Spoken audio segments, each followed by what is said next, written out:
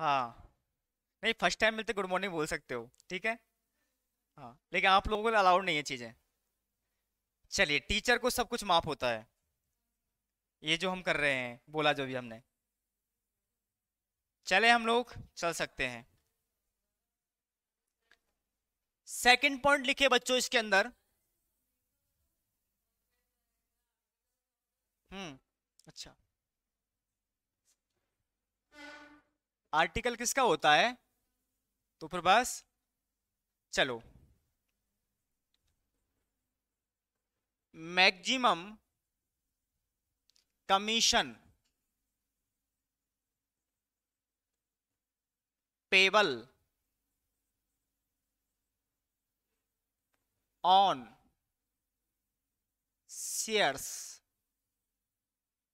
Eight the rate 5% और in case of debts.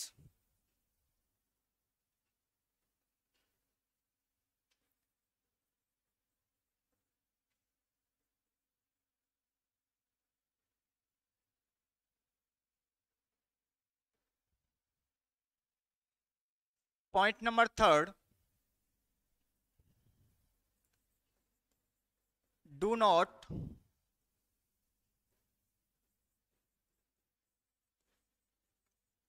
Commission payable on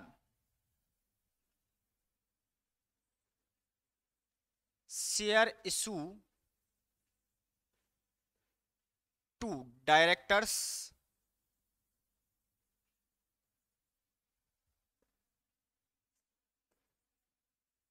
relatives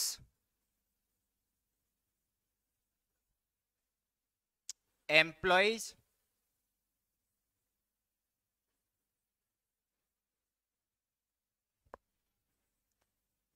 etcetera. Point number next, और क्या हो सकता है?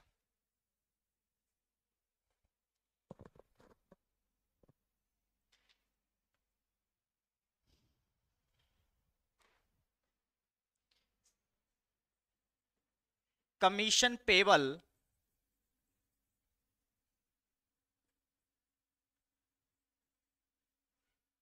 On gross liability.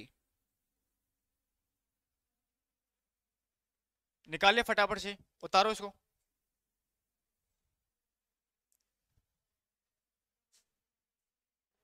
मैंने आपसे बोला था ना कि बात मत करना मेरी क्लास के अंदर। बोलो।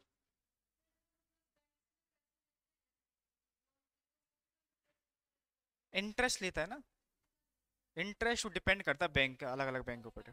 हाँ, वो अलग अलग बैंक की पॉलिसी होती है। यहाँ वो पॉइंट है ही नहीं है, जहाँ तो ओनली फॉर अंडर राइटिंग का सवाल है। जब आपको अकाउंटिंग स्टैंडर्ड 16 पढ़ेंगे तो उसकी चर्चा करेंगे, वहां पर आएगा बोरोइंग कॉस्ट।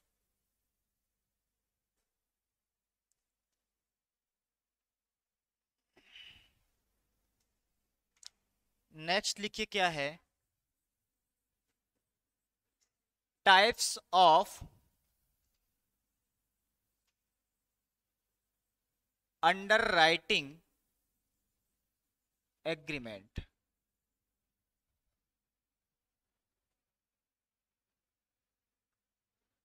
यदि कोई डाउट्स है तो मुझसे बोलो, बातें मत करो बस आप लोग, अदरवाइज थोड़ा सा फिर मामला बिगड़ जाता है।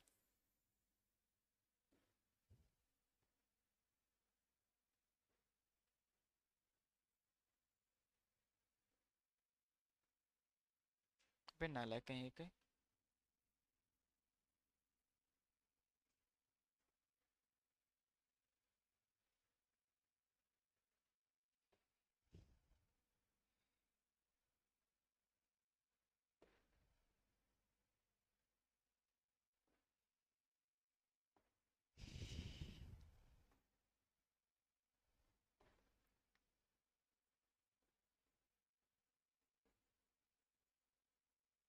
कंडीशनल एग्रीमेंट और दूसरा होता firm under writing.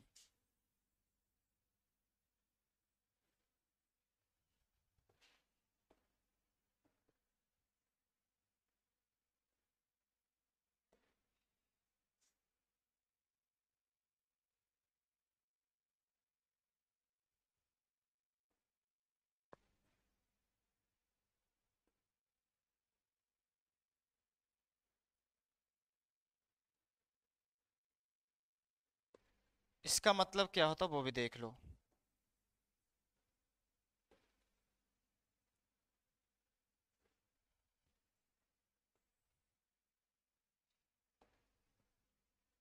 Conditional.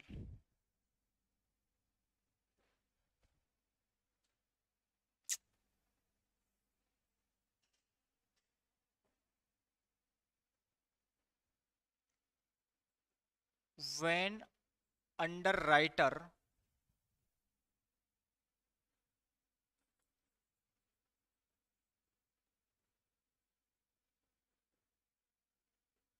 Take up the risk या shares on proportion basis.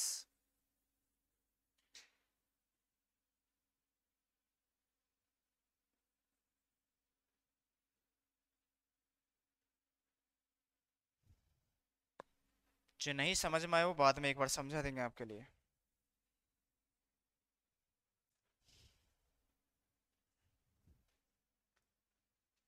When under writer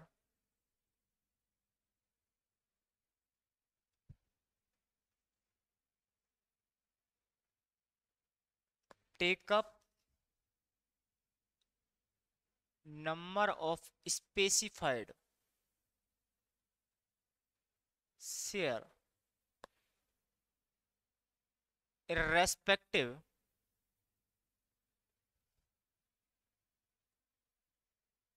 subscribed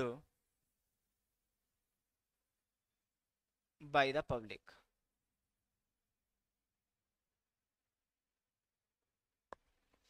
किसी को किसी वर्ड का मतलब या किसी टॉपिक का मतलब नहीं समझ में तो पूछ लेना। वैसे अभी आपको प्रॉपर टाइम और देंगे हम लोग।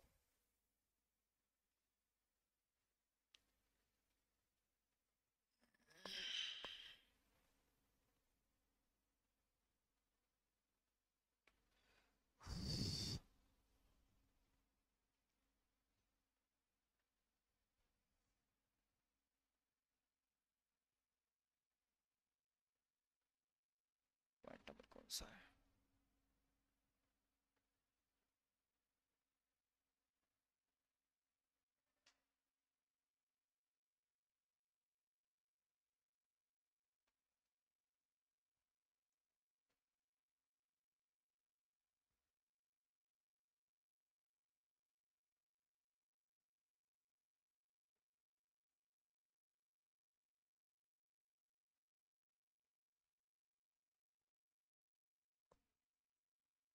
मार्क्ड एप्लीकेशन का मतलब क्या होता है?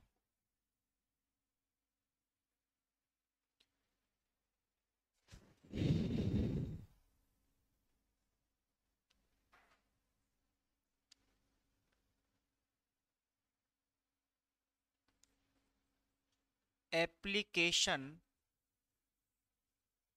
Received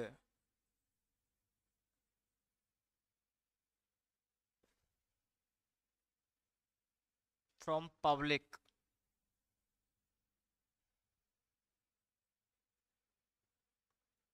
which have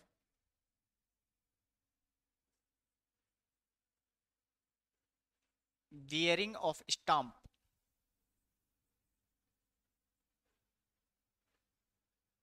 of underwriter। Writing तो समझ में आ रही है ना? कुछ ऐसा थोड़ा ना समझ में नहीं आ रही हो। ठीक है।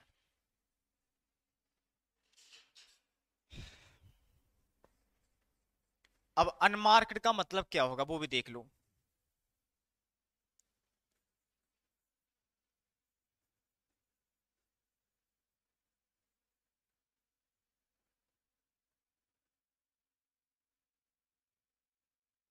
अनमार्क्ड एप्लीकेशन इसका मतलब क्या होता है बताओ फटाफट से। क्या होता है इसका मतलब? जिन पर बियरिंग ऑफ स्टाम्प नहीं है। चलिए। Share application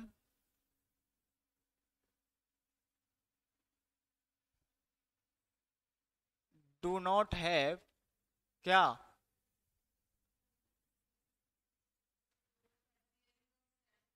wearing of stamp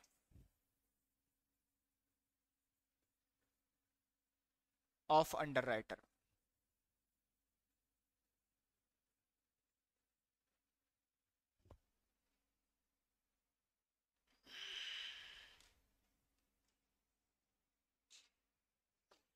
क्या यहां तक किसी को डाउट है? हाँ अभी बताते हैं आपको, देखिए।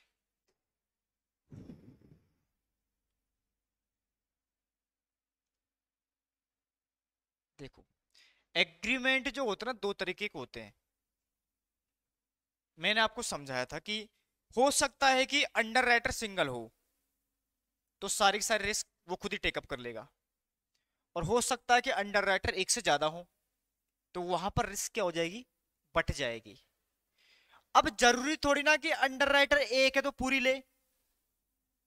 कंपनी को लगा कि 30-40 लाख के मैं शेयर बेच सकती हूं, तो मान लो 100 लाख रुपए का कंपनी इशू करना चाहती है, बोला कि 20 लाख तो मैं बेच दूंगी। या ऐसा भी हो सकता है कि अंडर राइटर सिंगल है, उसने बोल दिया कि भाई मैं 80% तक की रेस्पॉन्सिबिलिटी ले सकता हूं। ऐसा भी हो सकता है कि more than one under writer हो, तो वो आपस में प्रपोर्शन कर लेते कि भाई मैं इतनी लूंगा, मैं इतनी लूंगा, मैं इतनी लूंगा। ये होता कंडीशनल। जिसमें सिंगल है लेकिन कंडीशन नहीं है, पूरे अंडर राइटर ले रहा है, तो नॉर्मल एग्रीमेंट होता है वो। क्लियर है? अब फर्म अंडर राइटिंग का मतलब क्या है, ये भी समझ लो। फर्म अंडर राइटिंग का मतलब है कोई अंडर राइटर जिसको लगता है कि कंपनी बहुत अच्छी है, ये फ्यूचर बहुत आगे जाएगी, इसका शेयर लेना भी फायदेमंद है, तो बोलता है देखो जो चिंता है तुम्हारी वो तो मैं ले रहा हूं, लेकिन चिंता जितनी भी दो उतनी लूंगा, लेकिन उसके अलावा इतने शेयर रख रहा हूं, उसमें तुम्हारा कोई लेना देना नहीं है। बात समझ में आ रही है? यानी वो शेयर अलग हैं, irrespective subscribe by the public. Public कितना भी मांगे नहीं दूंगा, इसमें से 1 रुपये नहीं दूंगा, ये मैं रखूंगा। बात समझ में आ रही है? क्योंकि फ्यूचर में उस कंपनी को, उस बंदे अंडर राइटर को लगता है कि कंपनी फ्यूचर में बहुत कमाने वाली है, और जितना कमाएगी डिविडेंड उतना ही मिलेगा। तो इसलिए कुछ अंडर राइटर पहले ही अपने नाम से अलग कुछ शेयर रख लेते हैं, जिसमें पब्लिक को वो क्या इन्वॉल्व नहीं करते। भाई ये अलग है और जो रिस्क है वो अलग है। जो अंडर राइटर चिंता ले रहा है वो चिंता तो अलग है, बाकी वो अलग है। अब देखो दो चीज देखो, मैंने आपको नेट लायबिलिटी लिखाना सिखाया, निकालना सिखाया था, है ना? तो वहां पर क्या बताया था मैंने, जितनी चिंता लिए वो लो, उसमें से जितने स्पेसिफाइड आइडेंटिफिएबल थे वो लेस करो, और उसमें से वो भी हटाओ जो नॉन आइडेंटिफिएबल थे, बट कौन से वाले, जो कंपनी को बेनिफिट दे रही थी वो हटा दो। बाकी की क्या करना पड़ेगा, उसको लेने पड़ेंगे, वही नेट लायबिलिटी थी। बट यहां पर इसको एक और लेना पड़ेगा जो ये है, क्योंकि ये तो उसके पास सेफ रखे हुए हैं, ये भी तो लेने पड़ेंगे, नहीं लेने पड़ेंगे। लेकिन नेट लायबिलिटी तो वही थी क्योंकि उसी की वजह से चिंता थी, लेकिन ये तो खुद ने लिया, ये इसकी चिंता थोड़ी ना थी, ये तो उसका फायदा था। तो बोलते हैं नेट लायबिलिटी के अंदर दो चीज वही इन्वॉल्व होगी, लेकिन टोटल लायबिलिटी निकालोगे तो फर्म अंडर राइटिंग को और ऐड करोगे इसके अंदर। बात समझ में आ रही है? अभी इसका एक छोटा सा फॉर्मेट लिखेंगे तो बात ज्यादा और बेहतर समझ में आएगी। चलो बच्चों,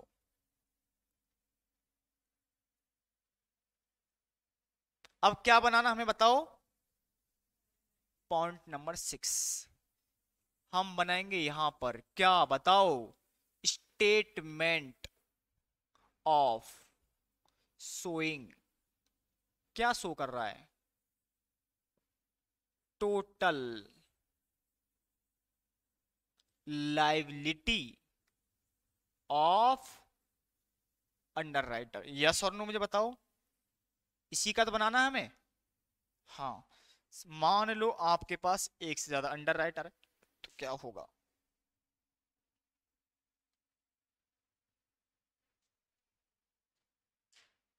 बताओ क्या होगा। कुछ नहीं होगा, वही होगा जो आप चाहोगे, इसके अलावा कुछ नहीं हो सकता।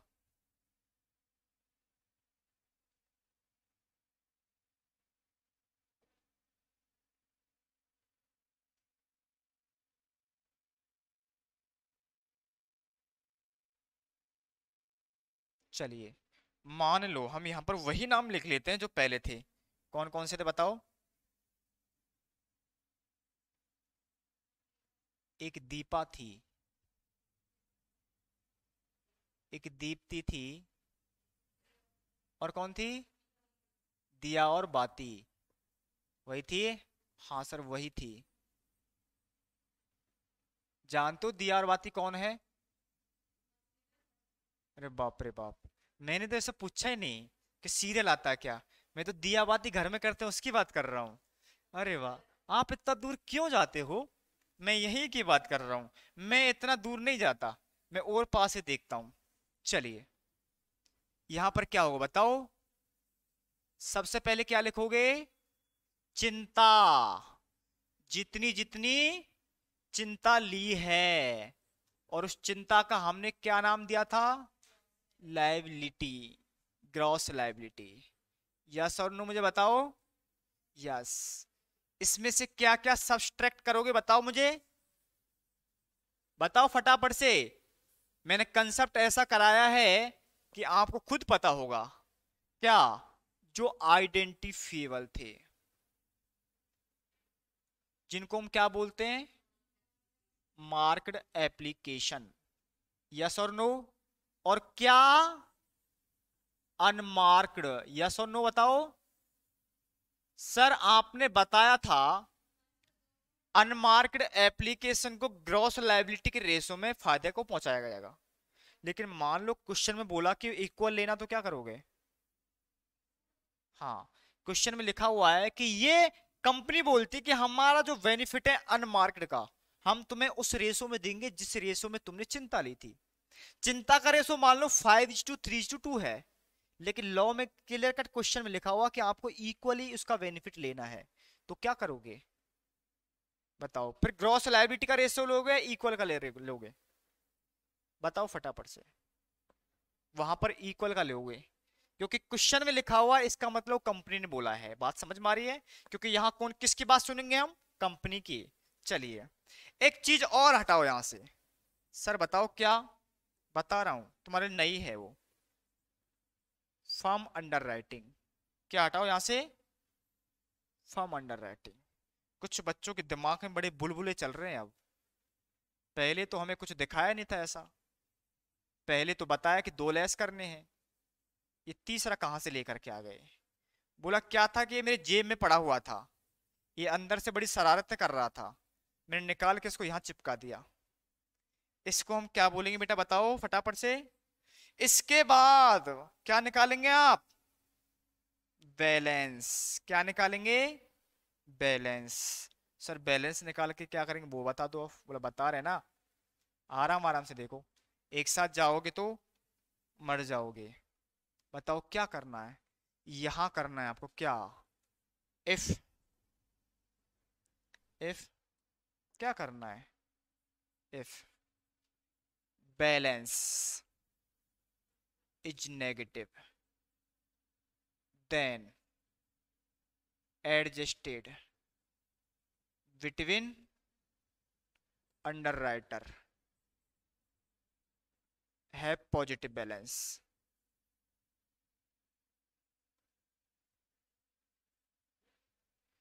इन GLR, GLR